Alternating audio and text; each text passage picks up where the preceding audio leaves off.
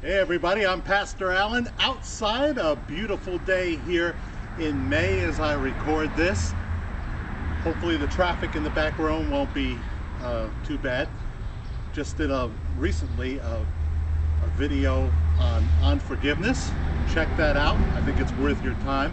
Unforgiveness really is a cancer that can destroy our lives. But how do you forgive someone?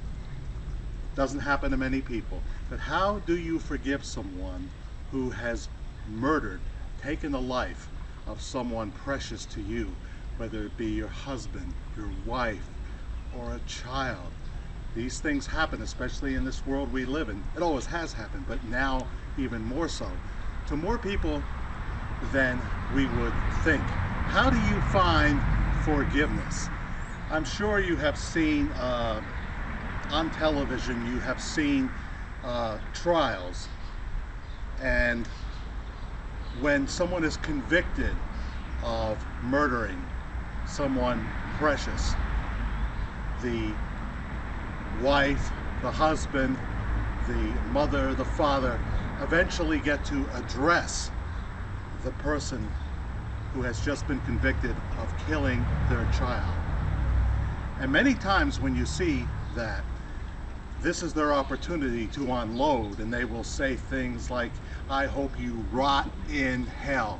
I hope you're abused every day in prison. I hope every single day that you're in prison, you think about what you did. I hate you. You've seen that many times, I know I have. But every once in a while, you see a husband who just lost his wife, a wife who just lost her husband, or a couple that lost their child. Maybe a hideous, hideous crime. And you see the love of God on their face, and they say, I don't like what you did. You devastated us. You took something very precious from us. But I believe God would have me forgive you. And how do you do that? The only way you can find that kind of forgiveness, I believe, is through Jesus Christ. By remembering what we've been forgiven for, by remembering the blood of Jesus Christ, and by being so in love with God that you realize that if you hold on to unforgiveness, it can ruin the rest of your life. And you realize that God is the judge. You have to put it in God's hands. Vengeance is mine, says the Lord. It's not for us to do.